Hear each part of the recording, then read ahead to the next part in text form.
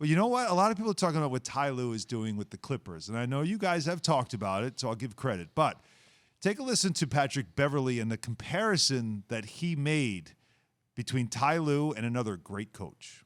We crack jokes. We call, Ty Lue Bill Belichick because all the adjustments he made. He's definitely going to find a way, and we're going to find a way also like we always do. Bill Belichick in the way he makes adjustments and finds a way. Is Ty Lue getting that kind of respect and attention now around the league to get this team without Kawhi Leonard to play? They were very competitive game 2, and then they win game 3, and so we've got a series now. I mean, to be real, the Clippers should be up 2-1, yeah. Right? I mean, you make 2 free throws. That game is essentially over. You come back home, defend home court, you're up 2-1. I will say this, after game 1, we were all getting in the car after the game, and the Clippers bus was right next to our car. So as we get in, J. Rose, Maria, and I were all saying what's up to Chauncey because Chauncey was there. I haven't seen Chauncey in a minute since the whole pandemic. And Ty Lue was coming out. So I go over to Ty. I'm like, yo, what's up, Ty Lue? How you been, man? And his look, like I was asking him about him, right? Haven't seen Ty Lue in a while. And he just said, we good. We good, man. Like, we going to be just fine. Like, everybody just needs to press pause. And I was like, no, but Ty, I'm asking you about you, not the team, like just you. But I could tell automatically, like, that's where his mind goes. Like, he's just entrenched in, hey, look, this is a marathon. This is not a sprint. People love to jump to speculation. But at the end of the day, as long as we compete and we follow our defensive rotation, which they did last night, he feels like they're going to be fine. So, Jay, I got a question then, because why is it taking them so – well, I guess game 2 in this particular series was, really close. But why do they have to go into this hole to turn it on? Like, if we're going to be fine when we start. This is professional basketball. I'm with you on that, Monica. I also think that the Suns kind of helped last night. Like, the pace of the game seemed to be so much slower with CP3. They ran so much more half-court stuff for him, and the ball was in his hands a lot. And I get that, but when he wasn't on the floor, they played so much faster. It was up and down a lot, and Devin Booker found his flow. Obviously, the injury to campaign, I think, is going to hurt them a little bit, depending upon how he is, because he was just playing at a high level too, but the ball was predominantly in Devin Booker's hands. And then last night, the ball was predominantly in CP3's hands. Look, they went 4-4. I mean, they went essentially – what they go last night? It was like some kind of crazy number they went from combined. the field. It was 10 for 40. Yeah. 10 for 40 combined. And then 3 from 14 from the three-point line. Like, I don't see them having many nights like that, but that was also due to the way they defended. Do you think that the shield that Devin Booker had to wear on the face for the first time had any effects with the way he was shooting the basketball? With the broken nose, yeah.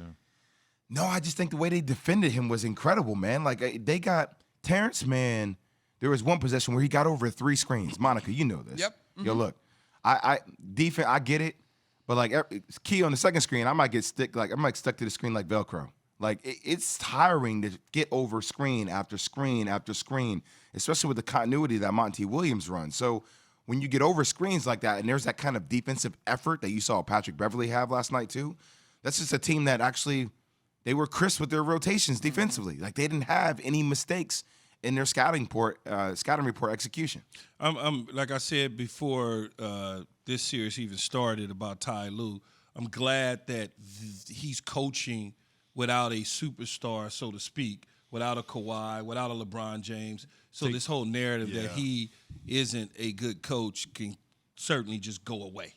Because people, not necessarily in the NBA, but people outside the NBA view it because, you won with LeBron James. So the first thing they say is, oh, that's the reason you won, or you're winning because of Kawhi Leonard. No, that's not the case. I'm winning because I know X's and O's and I know what the hell I'm doing. You remember Phil Jackson? It was always about, Michael Jordan. Then Michael Jordan went to play baseball, and Phil Jackson's Bulls teams won like 55 games that year in '94. And we're a very competitive team, so it became, okay, so maybe Phil does know what he's doing. All right. But, okay, so Ty Lue's excellent. We all praise his adjustments so far. But on the other side, you got a guy who some folks would have had as Coach of the Year, and Monty Williams. So, Jay, what's now the adjustment for the Suns? I think they just got to play faster. And, also that was one of the questions I had, Monica. I was like, CP3 is coming back. I know how talented CP3 is, but he's not in game shape. you know that, like you miss a day or two of playing hoops, and I'm not sure if he was training by himself. I'm sure he was doing all that stuff on his own. But when you're not having game shape and you've been off for 11 days, you're going to come back and be rusty. So for the ball automatically to be in his hands so much, I think you got to pick up the pace of the game and say, all right, CP3, I hear you're coming back. I know you're in the maestro, but we got to get Devin Booker the ball early, and we got to get him the ball in transition and let him go. Like, let him get cooking. But I don't see CP3 being this off in game 4. I don't. I agree with you for sure. But do you think that how much of that was the campaign injury, right? Because in the second half, I'm looking like, he had to play a Cam? You know what I ton. mean? Like, Right. he had to be in that role. Yeah.